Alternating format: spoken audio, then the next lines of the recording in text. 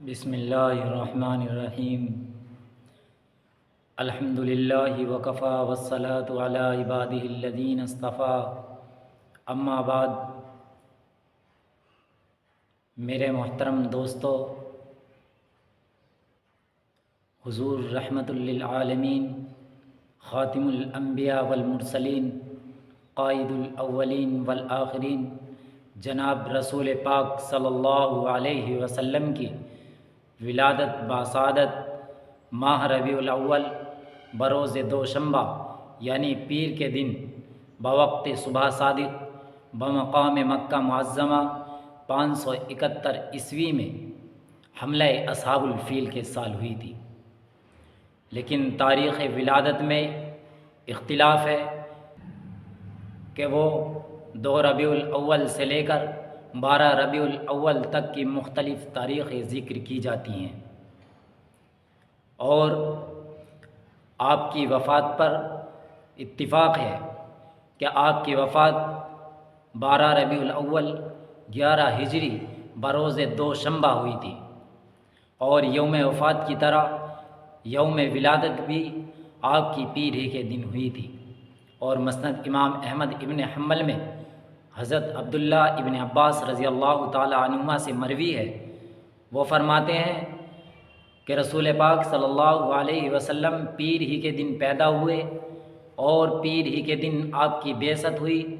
اور پیر ہی کے دن آپ نے مدینہ منورہ کی طرف ہجرت فرمائی، اور پیر ہی کے دن آپ مدینہ منورہ میں داخل ہوئے۔ میرے محترم دوستو، یہ تو اللہ کے رسول صلی اللہ علیہ وسلم کو بے شمار خصوصیات و امتیازات سے نوازا گیا، آپ کو تمام اقوام عالم کی ہدایت کے لیے مبعوث فرمایا۔ سورہ اعراف میں اللہ تبارک و تعالی ارشاد فرماتا ہے، قُلْ يَا أَيُّهَا النَّاسُ إِنِّي رَسُولُ اللَّهِ إِلَيْكُمْ جَمِيعًا، اے نبی آپ ان لوگوں سے کہہ دیجئے کہ میں تمام اقوام عالم کے لیے رسول بنا کر بھیجا گیا ہوں۔ آپ کے سر مبارک پر ختم نبوت کا تاج رکھ دیا گیا، جو جمیع کمالات و صفات اور شرف و مجد کا ایک جامع عنوان ہے۔ سورہ احزاب میں اللہ تبارک و تعالی ارشاد فرماتا ہے، ما کان محمد ابا احد من رجالکم ولکن رسول اللہ وخاتم النبیین، کہ محمد رسول اللہ تمہارے مردوں میں سے کسی کے بھی باپ نہیں ہے، لیکن وہ اللہ کے رسول اور خاتم النبیین ہیں۔ میرے محترم دوستو، آپ کو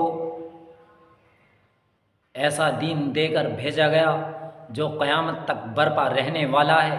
اس لیے اس دین میں نہ ذرہ برابر کمی کی جا سکتی ہے اور نہ بال برابر بھی زیادتی کی جا سکتی ہے۔ سورہ مائدہ میں اللہ تبارک و تعالی ارشاد فرماتا ہے، الیوم اکملت لکم دینکم واتممت علیکم نعمتی ورضیت لکم الاسلام دینا، کہ میں نے آج تمہارے اوپر تمہارے دین کو مکمل کر دیا اور تمہارے اوپر اپنی نعمتوں کو تام کر دیا،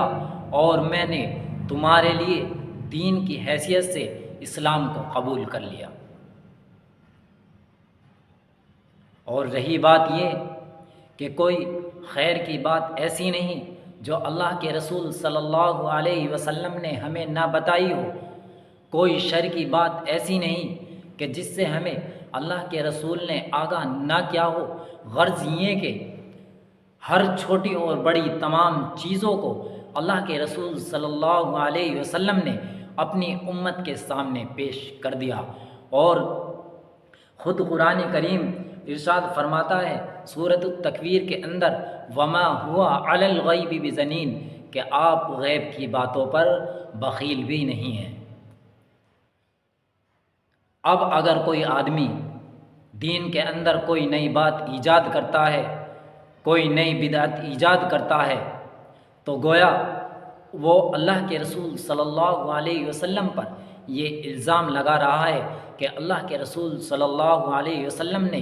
یہ بات ہم تک نہیں پہنچائی، اور نعوذ باللہ یہ اللہ کے رسول پر کتنا بڑا الزام ہے۔ اور خود صحیح مسلم کے اندر، بخاری شریف کے اندر اللہ کے رسول صلی اللہ علیہ وسلم کی حدیث ہے، من احدث فی امرنا ھذا ما لیس منہ فہو رد، کہ جس شخص نے ہمارے دین میں کوئی نئی بات ایجاد کی، کوئی نئی بدعت ایجاد کی کہ جس کا شریعت سے، جس کا ہم سے کوئی تعلق نہیں ہے، تو وہ شخص مردود ہے۔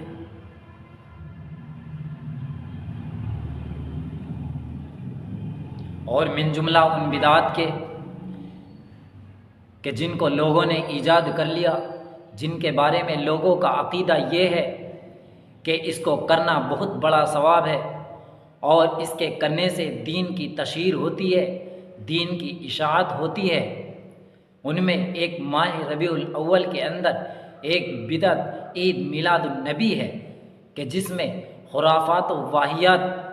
شامل ہیں، اور اتنی زیادہ خرافات و واہیات شامل ہیں کہ جس کی وجہ سے اس کو عید میلاد النبی کو منانا یہ جائز نہیں ہے۔ ساتھ ہی ساتھ میں آپ کو یہ بھی بتاتا چلوں کہ عید میلاد النبی کا ثبوت کہاں سے ہے، یہ کیوں منائی جانے لگی۔ تو دیکھیے، 6 صدی ہجری تک عید میلاد النبی کا کہیں دور تک کوئی نام و نشان نہیں تھا۔ 7ویں صدی ہجری میں 604 ہجری کو میسور کے علاقہ اربل کے سلطان ابو سعید مظفر الدین کوکبوری نے اس کا آغاز کیا، اور بادشاہ وقت کی اس رسم کی شان و شوکت، چمک دمک اور بادشاہ وقت کی دلچسپی کو دیکھ کر لوگوں نے اس کو جائز قرار دینا شروع کر دیا، اور اس کی تائید میں ابو الخطاب ابن دحیہ نے ایک رسالہ التنویر فی مولد البشیر والنذیر نام سے لکھا اور بادشاہ کی خدمت میں پیش کیا، اور پھر اس کے بعد بادشاہ نے اس سے خوش ہو کر ان کو 1000 اشرفی انعام میں عطا فرمائی۔ لیکن علماء حق میں سے علامہ تاج الدین عمر ابن علی رحمۃ اللہ علیہ نے اس کے رد میں ایک رسالہ المورد فی الکلام علی المولد نام سے لکھا کہ جس کے اندر عید میلاد النبی کو بدعت قرار دیا گیا۔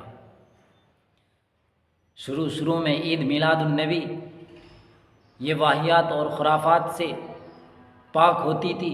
صاف ہوتی تھی، لیکن جیسے جیسے وقت گزرتا گیا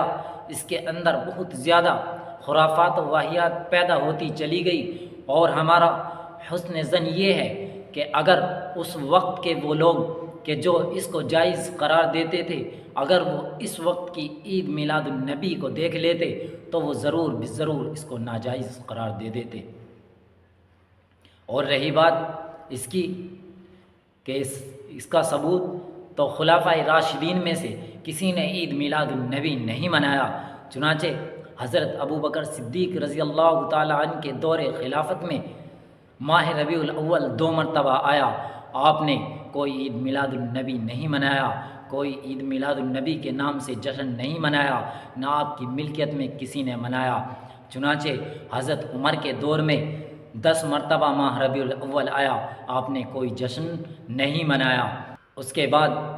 حضرت عثمان کے دور میں ماہ ربیع الاول 12 مرتبہ آیا، آپ نے کوئی جشن نہیں منایا۔ اس کے بعد حضرت علی کے دور میں 5 مرتبہ ماہ ربیع الاول آیا، آپ نے کوئی جشن نہیں منایا۔ اس کے بعد حضرت معاویہ رضی اللہ تعالیٰ عنہ کے دور خلافت میں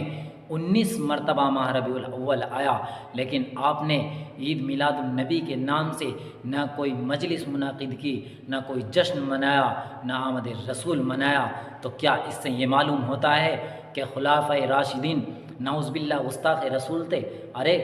خلفائے راشدین تو وہ تھے کہ جو اللہ کے رسول کی ایک آواز پر اپنی جان قربان کرنے کے لیے تیار رہتے تھے۔ کیا وہ حامیان رسول، عاشقان رسول نہیں تھے، فدائیان رسول نہیں تھے؟ ان سے بڑھ کر کوئی حامیان رسول، کوئی فدائیان رسول، کوئی عاشقان رسول نہیں ہو سکتا۔ پس مروجہ عید میلاد النبی منانا یہ بدعت کی وجہ سے بھی ناجائز ہے، اور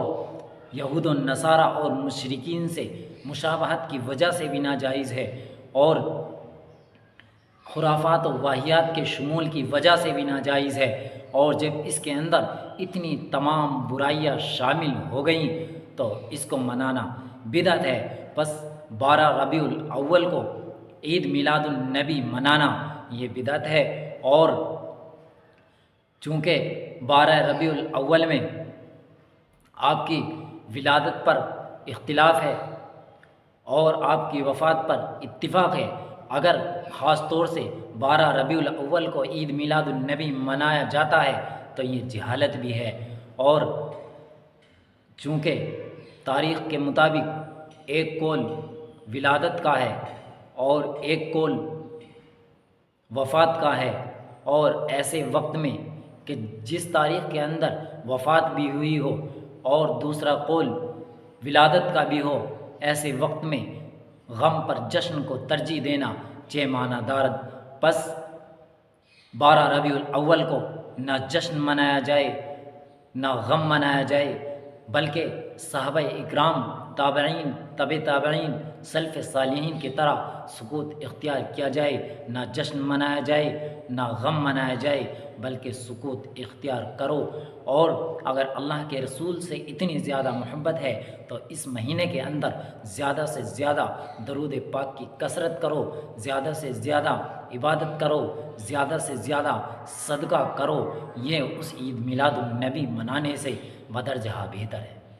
اللہم وفقنا لما تحب و ترضى عدد ما تحب و ترضى، وصلی اللہ علی النبی الکریم۔